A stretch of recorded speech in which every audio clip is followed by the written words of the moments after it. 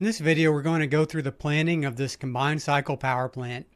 This is open source. So we're going to go through step by step how to plan this correctly with the proper foundation. When we're done with this exercise, you're going to be able to feed the AI or the P6 planner 1400 start and stop dates for this, 700 quantities, a solid work breakdown. So I've had the privilege of planning a large industrial project with this method and the old method, same project. So the first time was pre-project planning. And this method we're talking about can be pre-project planning, just as you're starting execution, re-project planning, or detailed schedule verification. And so we had just gotten a site. We crammed this conference room full of 50 people, and we spent days and days going through the schedule, changing all these logic ties, not really any discussion about quantities. Went down a bunch of rabbit trails.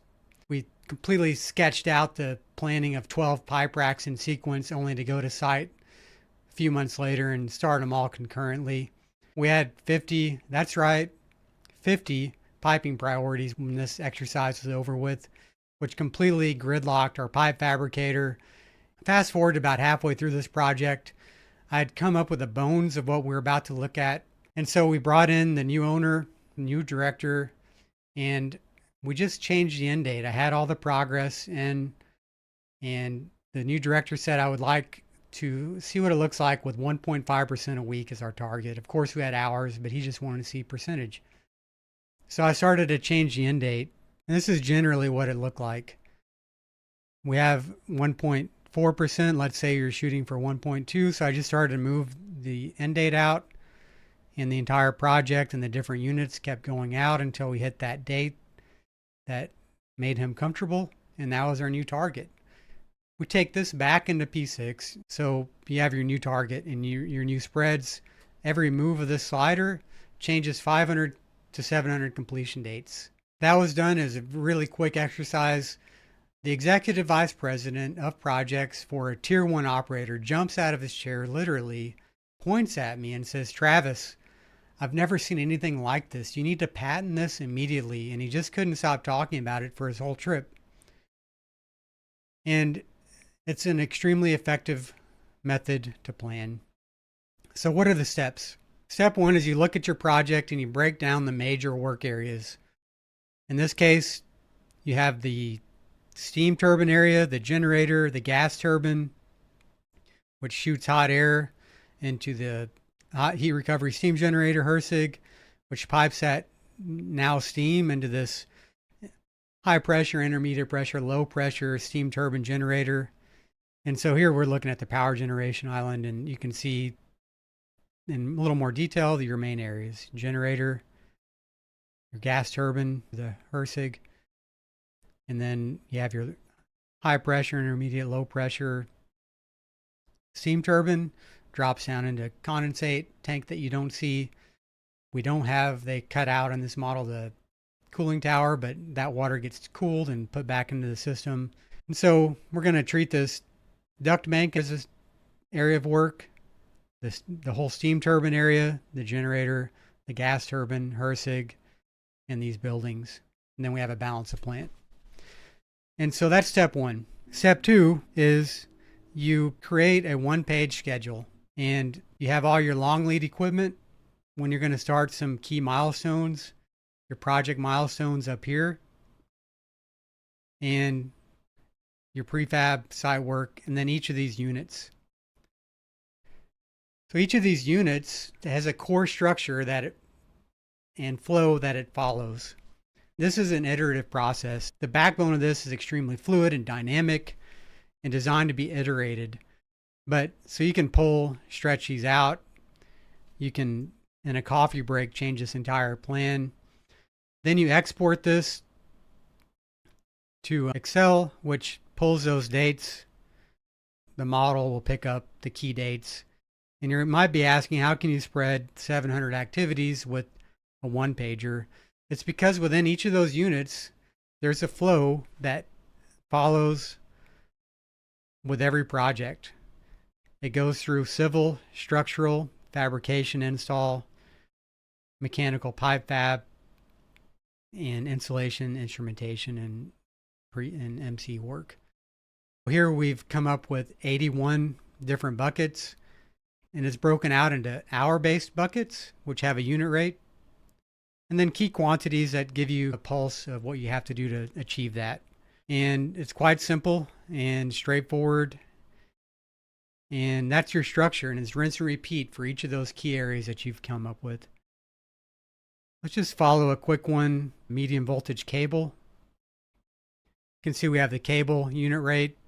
You can adjust it. I'll show you how you can adjust it on a whole project-wide level. You're doing E&I until the end, so that unit finish up until the end. Maybe 6 weeks out, you hope to be done pulling all your cable, and maybe 4 weeks out, you should be done terminating. And if the team has issue, you just change it. One change here changes all of those units. But this gets you that core. You have a ramping and time phase profile, so you can change based on that particular schedule item, whether it ramps up slow and ramps down fast, or however you want to shape that curve. Then you have a calendar. I just started with a typical US-based calendar. And so now you're done with the core structure.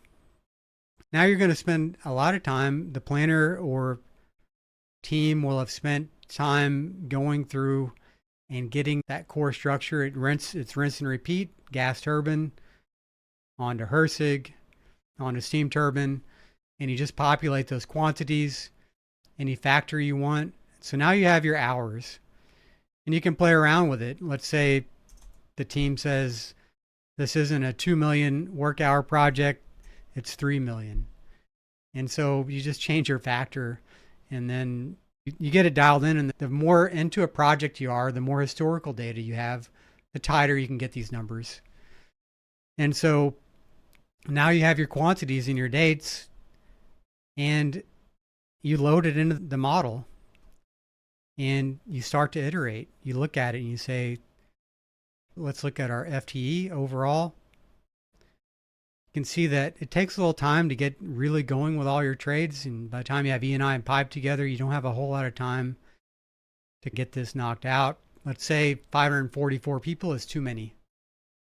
With your field indirects and scaffolders, you just realize you either don't have enough parking, enough beds, your density's off, or you just can't get that amount of people. And so now you start to play with the model a bit, and you slide that end date out until it's, say, 450, where you're comfortable. 91 days out, now you just hop back in to your office timeline. You edit the timeline, and you just drag all these out 90 days during a coffee break. And then you head back in, you look at your new core structure, you drop down, and you look at each discipline one by one.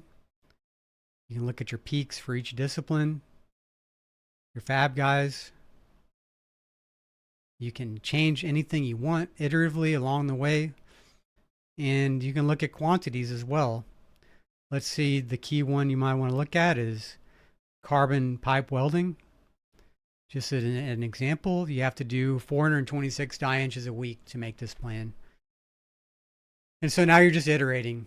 And that's the process. You take this and you have all the fuel you need to feed AI, a P6 planner, and your team, whoever you need to create that plan if you must have it. And this is a completely separate exercise from execution planning. This is assurance, forecasting, getting a good handle on the core foundation of your project. You have rooms full of people doing advanced work packaging. You have teams of planners that are planning out that work. But if you confuse that with this, you're not going to do good at either one of those. This is what we do at Day One Model. We take whatever level of detail you have. It could be one progress table and one progress chart. We put it into this model, and you will likely be shocked on that. And then this is a detailed verification where we're looking at what you can get from your contractor, the different detail, and we're making that structure rinse and repeat by unit and putting it into the model for a more detailed analysis. Reach out. We'd love to talk to you.